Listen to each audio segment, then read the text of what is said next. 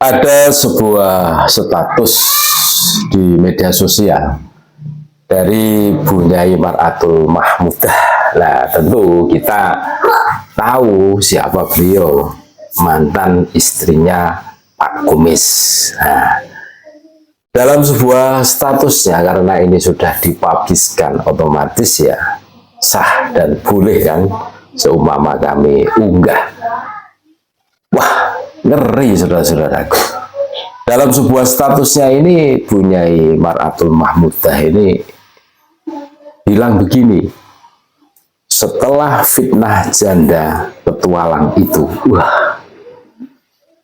saya tahu banyak di antara sahabat FB ku ini adalah sahabat dunia nyata yang menerima japri via WA janda petualang akhir tahun lalu.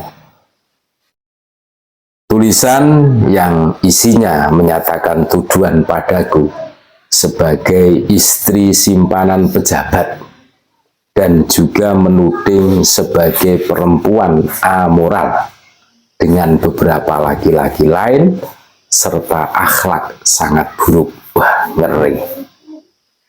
Ironisnya, tulisan itu dibuat dan disebarkan dengan nomornya sendiri langsung.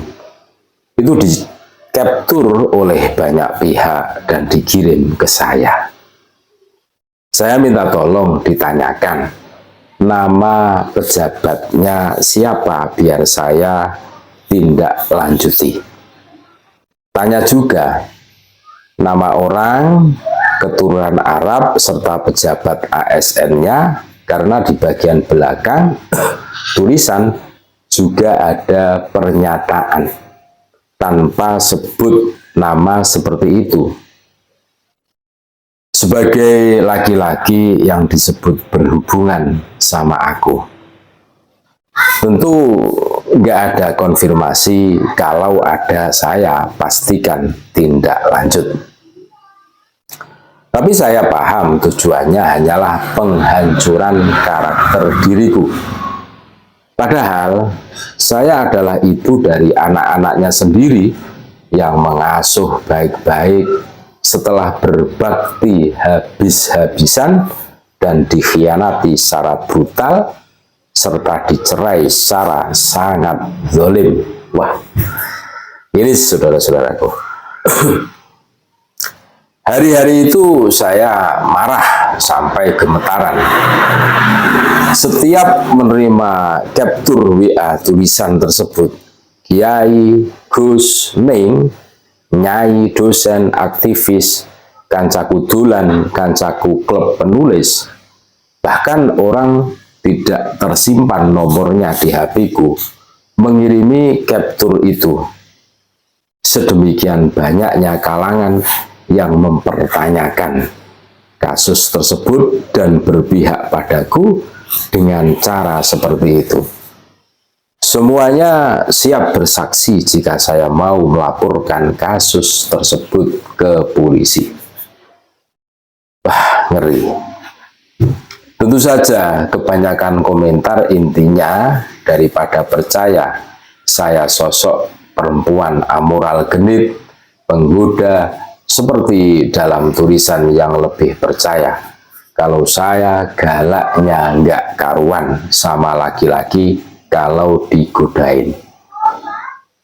Saya tahu sengaja itu di-WA-kan ke sana kemari secara japri atau personal se-Indonesia Raya, biar tidak bisa atau sangat sulit saya klarifikasi. Hancur rasanya diriku saat itu karena bertubi-tubi kejahatan orang itu pada saya nggak selesai-selesai.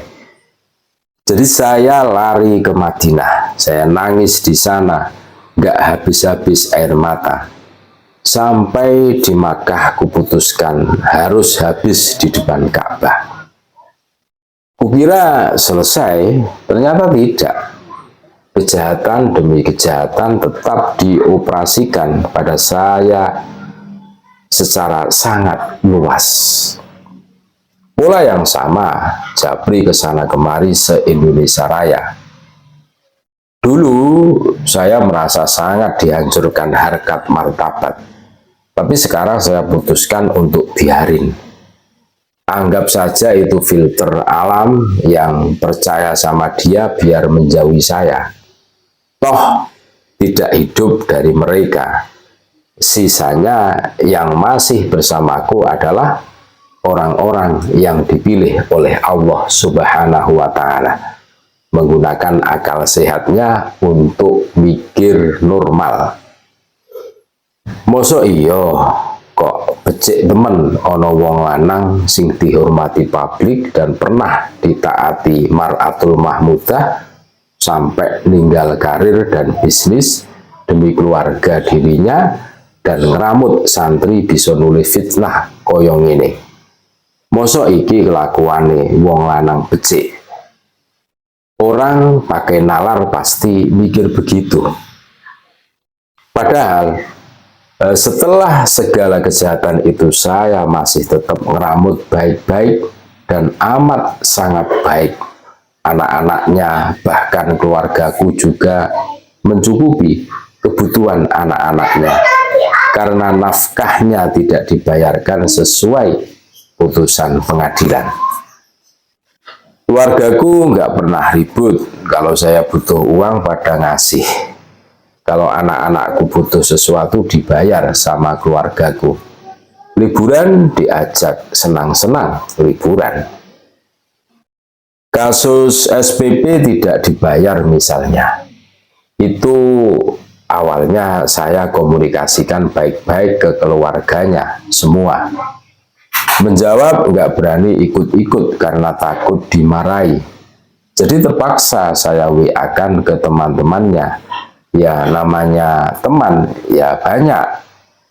Itu tidak tiba-tiba sebab saya mulai komunikasi keluarga dulu, barulah SPP dibayar. Itu pun sambil mengfitnah, mengatai fitnah, padahal baru dibayar setelah kisruh. Untunglah orang-orang yang ia japri banyakan pakai akal sehat. Lihat waktu secara kronologis. Itu pun keluargaku maunya bayarin SPP, tapi saya yang bersikeras. Bapaknya yang harus bayar, uangnya banyak, dan ini kewajiban dia. Sama dengan kasus nafkah tidak dibayar sesuai putusan pengadilan beberapa tahun ini, juga awalnya dia japri kemana-mana. Mengatai saya perempuan pembohong, ruwet, dan sebagainya, sambil ngaku sudah dibayar saat saya mulai nagih lewat keluarga besarnya. Baru setelah saya laporkan ke Polres perihal penelantaran anak, ia buat klarifikasi sudah dibayar dengan cara transfer ke rekening sendiri yang dia pegang sendiri untuk kepentingan masa depan. Orang pakai nalar bertanya-tanya, nafkah bukannya untuk kebutuhan sekarang. Kok buat masa depan dibawa sendiri pula rekeningnya? Jadi sing pembohong sopo, sing ruwet sopo. Itu orang pakai nalar akal sehat. Tentu ada yang nggak pakai nalar sehingga percaya dan berkata, tuh kan nafkahnya sudah dibayar berupa tabungan masa depan. Ibunya anak-anak itu nggak sadar pentingnya masa depan, daripada uangnya dihabiskan buat belanja anak-anak, lebih baik ditabung buat masa depan. Capek kan jadi saya, capek banget. Pernikahan berakhir tapi kejahatan jalan terus. Mbok wis sudah tidak jadi suami yang baik, jadilah ayah yang bertanggung jawab. Perempuan idaman lain yang menciptakan pertengkaran dahsyat dalam rumah tangga dulu toh juga sudah dibawa pulang. Bukannya selain perintah dalam putusan pengadilan itu jelas-jelas juga sesuai dengan perintah Allah Subhanahu wa Ta'ala. Setelah semua ini saya mengerti masih akan berjalan fitnah demi fitnah selama kesadaran akan tanggung jawab dan kesadaran untuk bertaubat belum hadir di kehidupannya. Saya tidak akan mundur dari apapun karena kini posisiku adalah ibu dari anak-anak yang telah berkali-kali mengalami kekerasan fisik, mental, dan ekonomi. Setiap ibu paham artinya apa. Saya hanya sekarang itu lebih sering istighfar dan sujud bersyukur atas jalan kehidupan yang telah Allah pilihkan untukku dan anak-anakku ini. Cara ini adalah keselamatan untuk kami dari Allah Subhanahu wa Ta'ala. Gak ada lagi doa semoga bertaubat ataupun semoga sadar, melain semoga terserah Gusti Allah. Saya dan semua orang yang memperhatikan telah dibuat menyaksikan kejadian demi kejadian. Semesta dari segala arah bereaksi keras, menegur, mengingatkan, dia baik dalam bentuk kekisruhan pabrik berskala luas, kasus Pak Alwi, kasus tambang, kasus Yakuza, kasus dan seterusnya, maupun sesuatu yang dalam dirinya sendiri, yakni kehancuran organ fisik, dan bukannya sadar, malah makin tidak malu atas perbuatannya sendiri tanpa akal sehat. Melawan kezaliman bukan perbuatan aib, membiarkan justru menjerumuskan segala pihak yang terkait. Usia kita bertambah dan hidup harusnya makin mendekatkan diri pada ridho Allah. Doa terbaik untuk diriku sebagai ibu dan semoga anak-anakku bertumbuh dalam keridhaan Allah Subhanahu wa Ta'ala, juga anak-anak jenengan semua. Itulah statusnya Bunyai Mar'atul Mahmudah yang di situ mudoroso. Wah, ngeri saudara-saudara.